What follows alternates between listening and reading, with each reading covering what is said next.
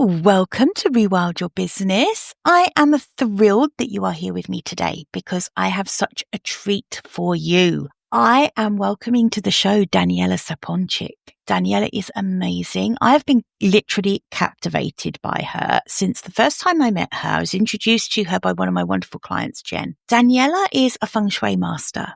Anyone who knows anything about me knows that I can get very obsessive about things that light me up. And this topic is so fascinating. But what I hadn't realized was how this topic of Feng Shui can be so relevant to us, particularly for coaches, for people who are working with clients around energy and vision.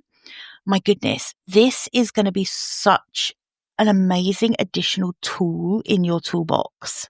Like I say, she is a Feng Shui master, and she believes that when we activate the hidden potential of our environment, we naturally expand the success and the impact of whatever it is we're here to do. She's a highly respected Feng Shui and space healing master, actually, and she is celebrated for her innovative approach. She blends the best of both practices to get the most transformational results with her clients.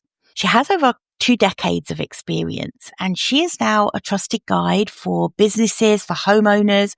She helps people to purify energy fields and craft spaces around them that really promote harmony and growth. Danijela is the founder of the School of Spiritual Design, and she shares her expertise now. She pays forward everything she knows by training the next generation of practitioners and by empowering people to harness their intuition. So you know that I have so much to talk to Danijela about, because intuition, for me, tapping into our intuition, trusting our intuition, that is such an important part of building our businesses. Yeah, so she helps people to harness their intuition and make meaningful impact in the lives of their clients. Beyond her mastery of Feng Shui and space healing, Danijela is an absolute visionary leader of her own business. She balances roles as CEO of her business, as an investor and a mentor. She guides high-level business owners to transcend conventional strategies by leveraging the principles of energy flow and alignment.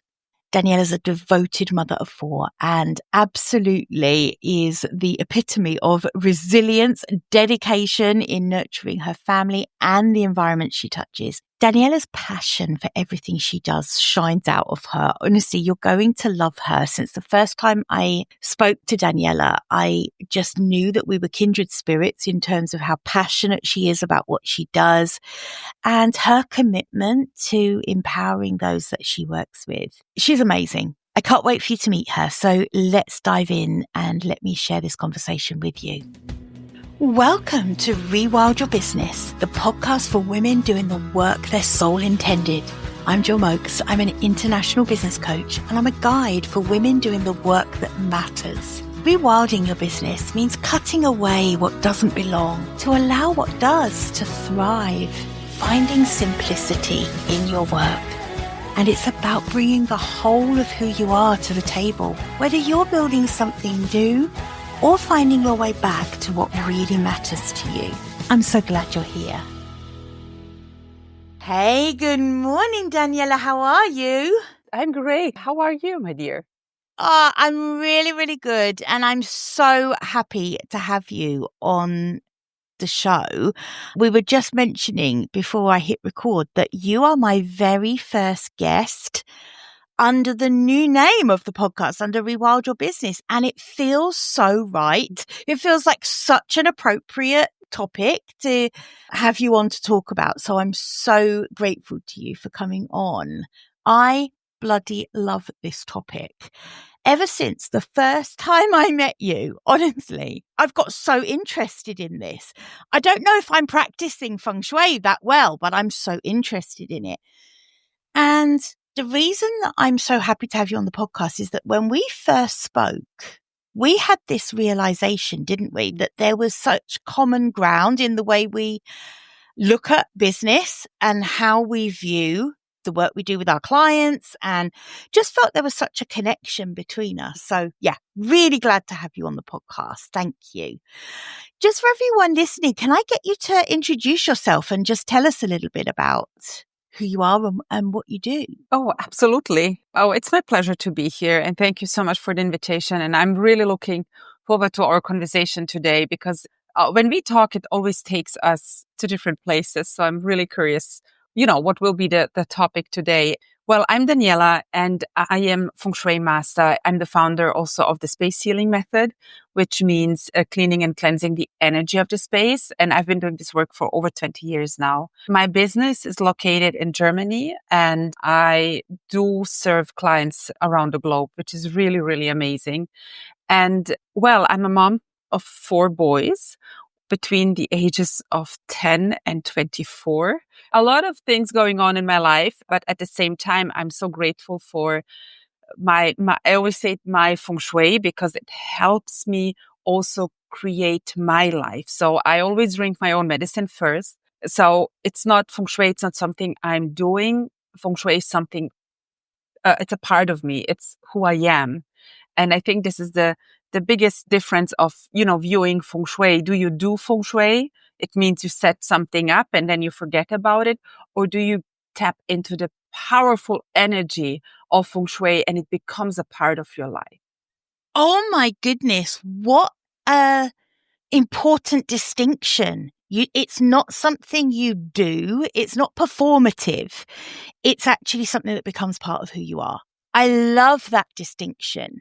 And I feel like that applies to anything in life that you really want to embody and become a part of who you are. You can't look at it as something you do.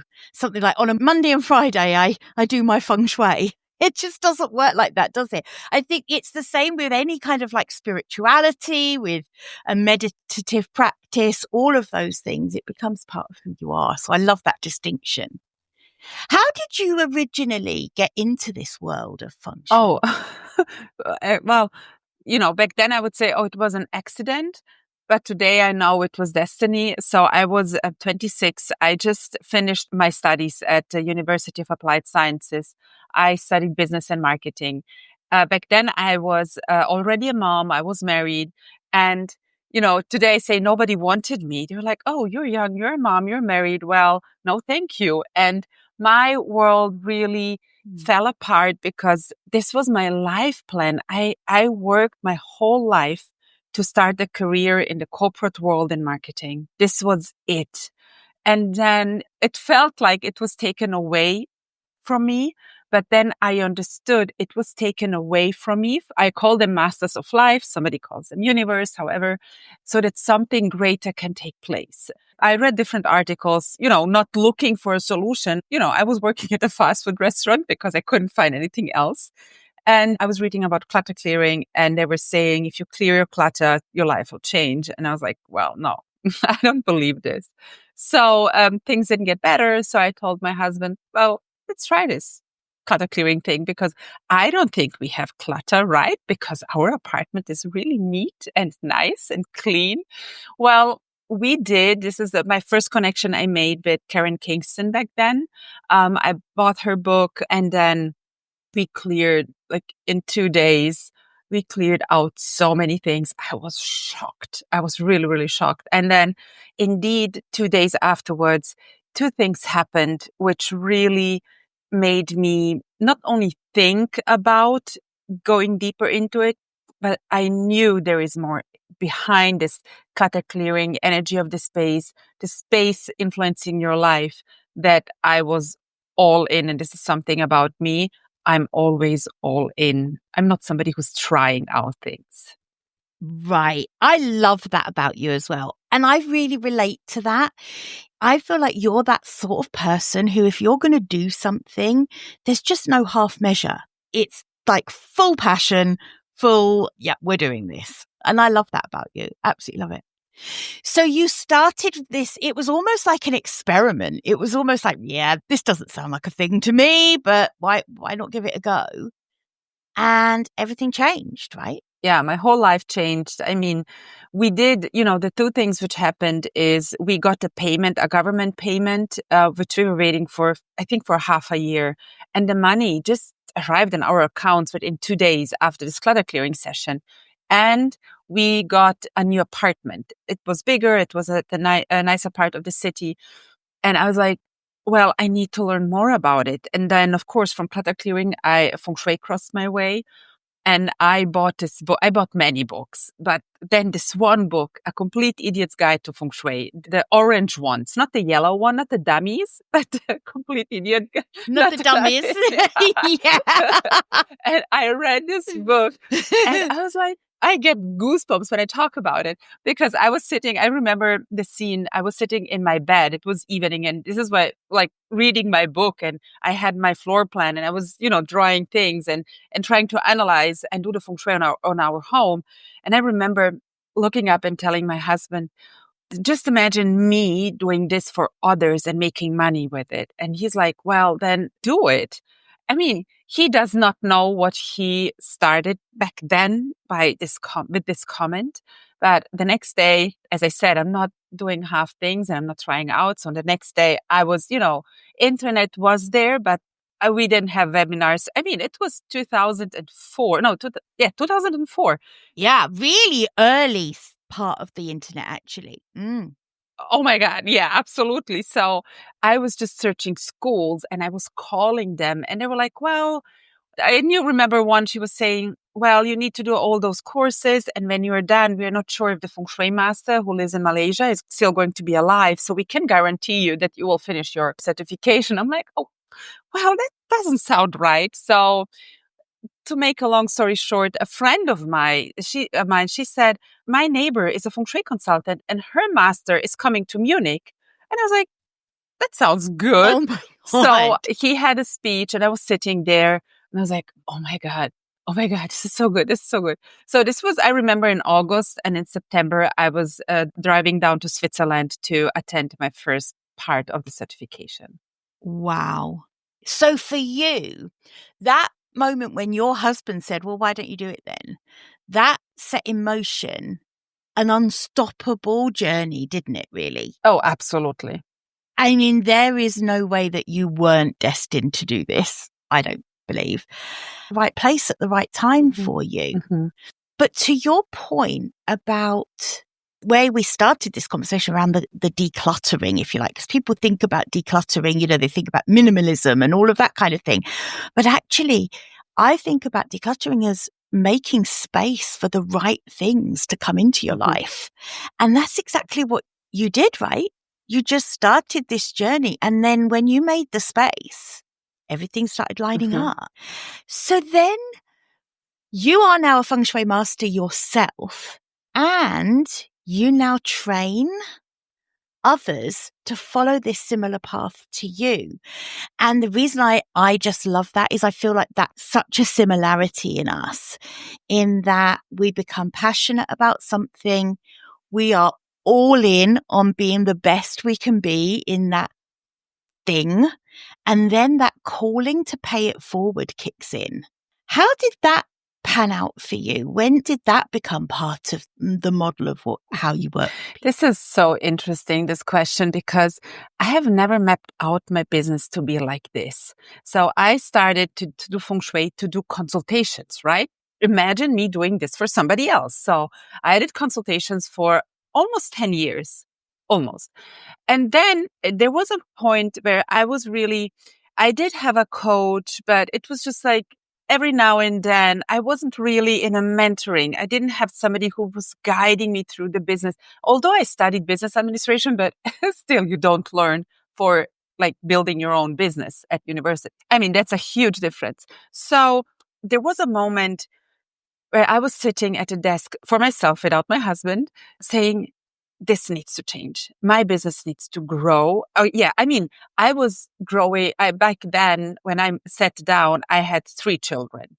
I had 1 baby, 1 toddler, and 1 first grader. So it was so busy, and I was building my business. So, oh my God. But then still, I was like, something needs to change. I feel that there is so much more potential in my business, and I'm doing the consultations, which is fine, but I'm not going to do this for the next 40 years, right? Just doing Feng Shui consultations. And you're one person. Yeah, absolutely. You're like one person. There is only so many people you can serve by you doing the consultations. Yeah. Yeah. Again, coincidence. I met somebody and she's like, oh, well, I'm in this boot camp, business boot camp, blah, blah, blah. And it was so much money back then. I mean, I was making, I don't know, 15,000 euros per year with my consults. And this program was like 10,000 euros for 1 month. And I'm like, I'm signing up.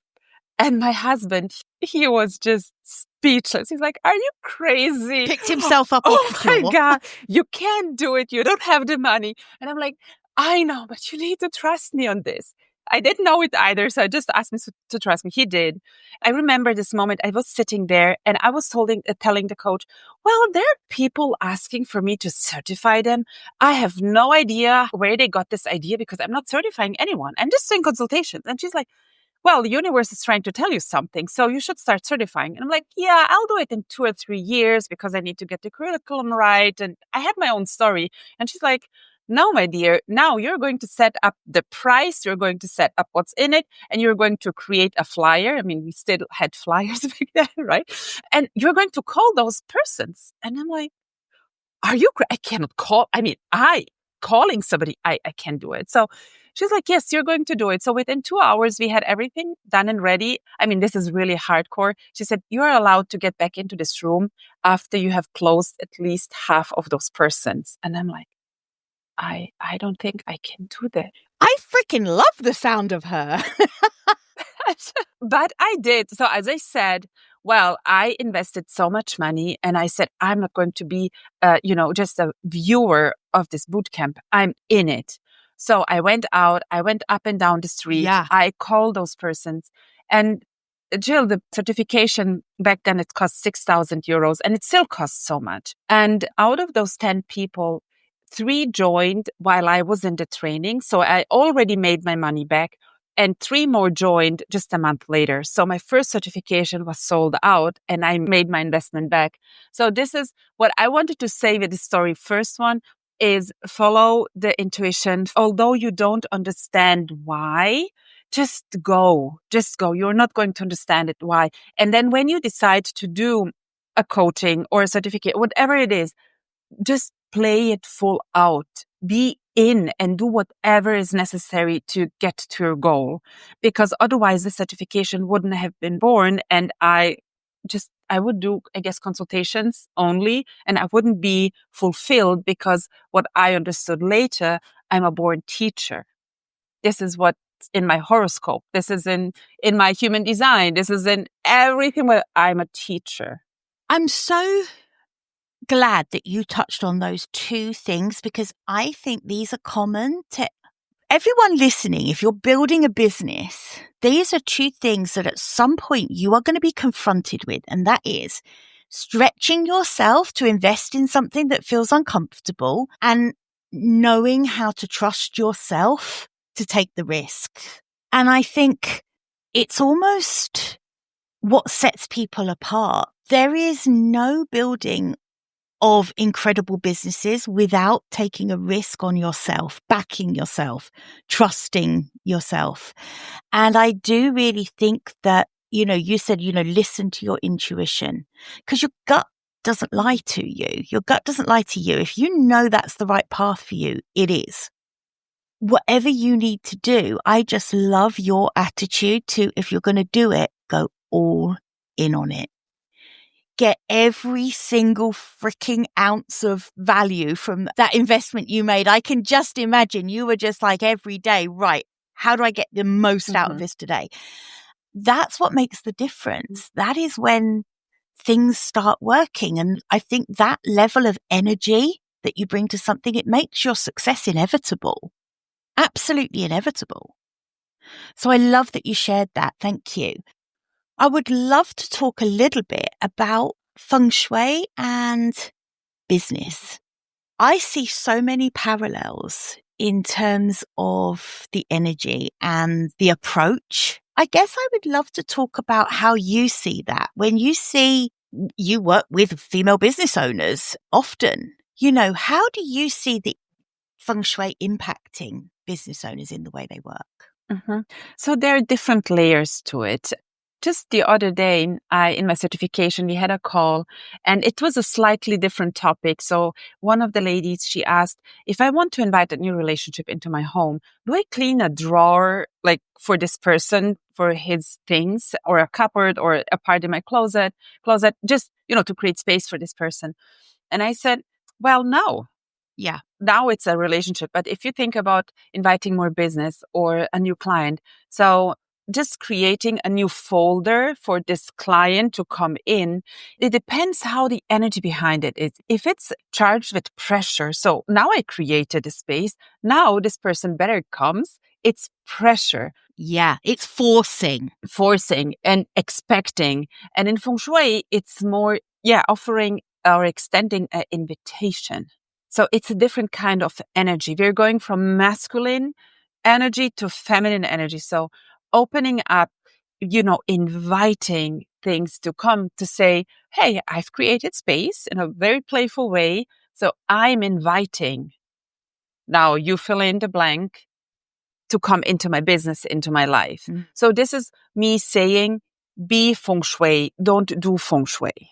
Yes. That's the difference again, isn't it? That's exactly a really good example.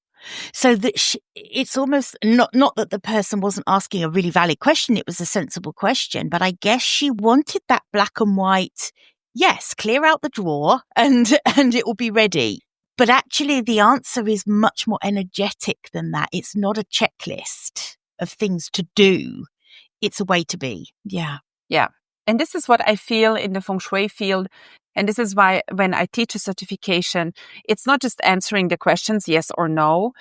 You learn the big picture, of course, because you need to, guide your clients through the different facets of Feng Shui. So for me, as I said, the perception of Feng Shui should go from this is good or bad Feng Shui to Feng Shui is opening up possibilities for me. So because Feng Shui is not this good, bad, Feng Shui is rooted in the Taoism. It's a philosophy of life and it's not black and white, although everybody out there is trying to make it black and white, but it's not. It's so alive. Yes. That common misconception of something being good Feng Shui or bad Feng Shui. How do you kind of address that when people come into your world and they're very new to the subject and maybe they are bringing with them the baggage of kind of misconception? How do you address that? Well, I always say, it depends. Let's take a look at your space, right? Yeah. Start with the space. It depends on your values. It depends on your, how you live. It depends where you live. There's so many things. This is when you know Feng Shui. This is why you can practice Feng Shui on your own just until a certain point. But if you want to really dive into it, talk to a consultant, because as a consultant, we see deeper, we see wider, we see the bigger picture, and we know how to apply those rules to your specific situation. Let's take just a very simple example. I don't want to activate my wealth corner because I don't want to put the god of wealth into the corner because it doesn't fit to my interior design. Well, I understand you, because the Asian god of wealth does not connect so well with, somebody who is not from Asia. We don't have a spiritual connection to this, well, I won't say person, but it's not to this energy, right? We don't have this. So you look at this Buddha, for example, and it's like, well, it's nice, but I don't feel anything. That's natural. But then you go ahead and look, what is your sign of wealth? When you see something, is it creating the emotion of wealth in your body? This is how you choose Feng Shui remedies. That is so, we've talked a couple of times. I don't think that penny has ever dropped for me before, actually.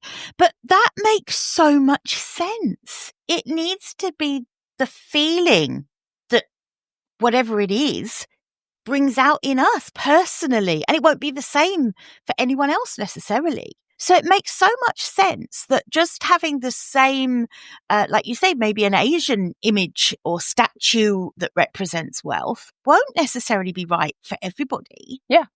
Ooh, that's a really good point. And thinking about coaches, a lot of my listeners are coaches, and I've been thinking a lot about this ever since we first met, which is I can see this being such an interesting tool. It's wrong to call it a tool. But it is a tool. Yeah, I suppose so. Yeah, perhaps you're right. An interesting tool for coaches to have in their repertoire, because I see so much alignment between the philosophy of Feng Shui and working with people's energy, working with clients to get what they want, to set goals and achieve goals. I see so much alignment between it. What would you say to coaches listening who are like, oh, okay, that sounds interesting, but I don't know how that's relevant for my work as a coach? Okay, so a very, very powerful and simple example. So when you work with your clients on their achieving their visions or making their visions come true, so you're talking about visions, you're talking about holding the energy of the vision, taking according steps, connecting to your intuition, and so on. And now imagine your client sitting. It doesn't have to be a cluttered space. It can be a misaligned space where they work. For example, their desk is facing the wall and behind it's the door, for example. So every time when they look up, they see a blank wall. And in Feng Shui, we have this saying, what you see is what you get. So now imagine your client sitting at home, having this big vision and looking at their workspace or even at their whole home and the home is holding the energy of their past, I'm sorry. And then internally, they're trying to hold the vision of the future, but their space is holding their past, the energy of the past. So there is a gap in between. So when you go and, for example, the future selfing with Feng Shui, something which I connected future selfing and Feng Shui, and I was like, what if your home is holding the energy of your vision? Yes. What if you align your vision with the energy of your home? How much faster your client could, move towards the vision, because all of a sudden it's not only him or her working on the vision, but the space is supporting this path. It's a game changer. That phrase that you just used, suddenly the space is supporting the path, that gave me a bit of the goosebumps, because for me, that's a visceral. I understand that so clearly. And I think a lot of people listening are going to be like, oh my goodness, that's a missing piece for me. Because quite often I think we do work with clients who I certainly work. I'll speak for myself. I work with a lot of clients who are, when they come to me, they're not always clear about what they want. And they feel so liberated when they finally get very clear on exactly what it is they want. But that missing piece of, okay, how could you now set up your environment? Or how could you now begin living in an environment that is supporting that vision? That's a missing piece. I think that's, as coaches, we work in a really saturated market. There are so many coaches out there. So I think it's always important that we look for ways to support our clients at a deeper level. That's what will set us apart. The deeper we can go with a client is what will set us apart. And so for anyone listening who is like, yeah, okay, but I don't know how to set myself apart, we are handing you here an example of a way that you could actually differentiate yourself by bringing some of this work into what you do as a coach. So yeah, thank you. I think it is a fascinating aspect that coaches could be working with. It's definitely something that I want to go deeper with and find out more about, for sure. Yeah. And it's not only about that, like setting themselves apart. It's also about their client. I mean, I have seen in my work when we change the energy of the space, and you don't need to rebuild a home. You don't need to do huge renovations. It's often so subtle and simple changes, and it opens up a new world for this kind of like, oh my God, I now can see, I now understand this client. I mean, it's just so fulfilling to see the work you're doing as a coach is more supported and getting the results for your client even faster. It's just amazing. Yes. Yeah. Absolutely. I think that is the journey we should all be on as entrepreneurs. How can I get even better results, even faster results? There's nothing wrong with wanting to get to a result faster. That's absolutely fine. How can I do it in a more enjoyable way? How can I do it in a more simple way? I think that's our journey. Should always be looking for those things. Absolutely. Yeah, I love that. And so thinking about how you work with clients now, can you share with us a little bit about the way you work? Mhm. Obviously going to link to everything in the show notes so that people can find out more about you and the way you work. But I'd love to hear a little bit from you about the various ways that people can work. Oh, with of you. course. So there's the possibility to book like 1.5 hour session. And then I always say, don't underestimate 1.5 hours with me. 20 years of experience is, Yeah, I see a lot in this time. So, it's of course going through the space, looking through the space, having the floor plan, because the floor plan is speaking to me. When I look at the floor plan and see pictures or videos of the space, I can immediately say why things are not working or what they need to do to change the energy of the space. And this is really, for me, always thinking, okay, or asking the client, so like, what's the issue? Why are we talking today? Why did you book the session? So when I get their input and I look at the floor plan, then I can immediately see what is going on. And then we really work on those topics. And I precisely tell them what to change. So again, it's not, oh, you need to move out, because there are so many solutions. And then we are tweaking the energy. It's like acupuncture, right? Everybody knows acupuncture. So you go to a practitioner and they're like, okay, this is blocked. So we need to do the needles here. Now you sit for 20 minutes. And then, of course you need to come back. But with Feng Shui, you don't need necessarily to come back if you go through all the areas. But then think about the remedies or the changes are your needles. Mm-hmm. So every time when you change something, the energy shifts. Next time you change something, the energy shifts. And this is the way. So this is what I do remotely. But then also there are consultations where we go into the colors, where we go into the flying stars. It's the astrology of Feng Shui. So there are 2 different ways to work with me. Yeah. So this is basically the foundation of my work. And what about if someone is listening to your story and they're hearing, maybe they're a coach, and maybe they're like, oh my goodness, I would love to be able to support others with this, just like you did, like that spark of interest. And then they're thinking, wow, I would like to take this a bit further. Is that something that they can, come to you for? Oh, yeah, absolutely. So we do have the space activation certification.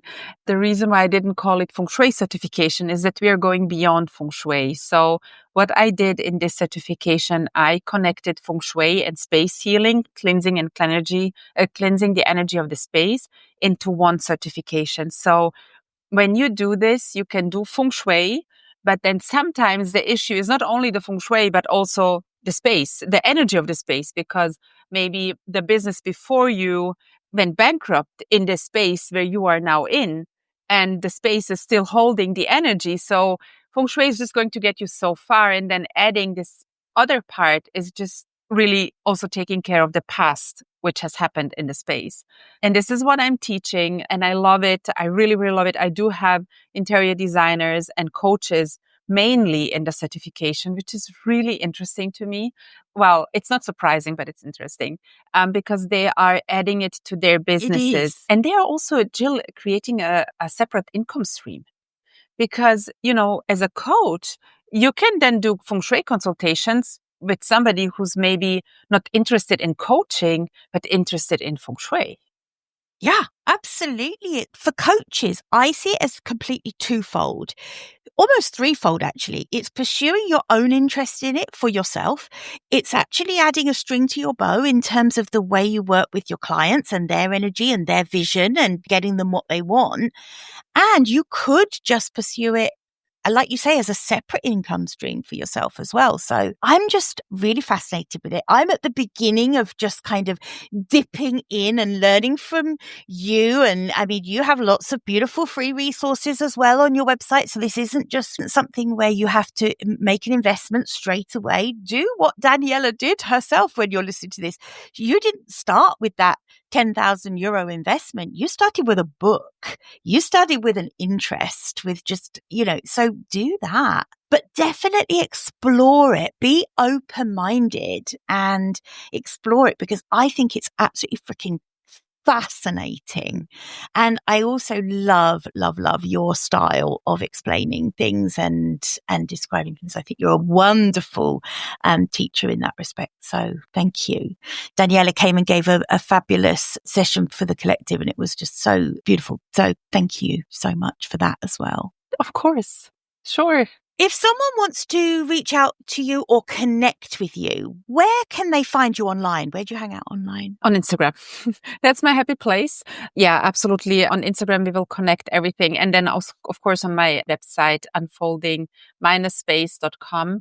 Yeah, those are the two resources where you can join me and find, as you said, all the freebies I'm having. So I always say there is no excuse not to start, because you can start with no investment, with a small investment, and then, you just start. Just start.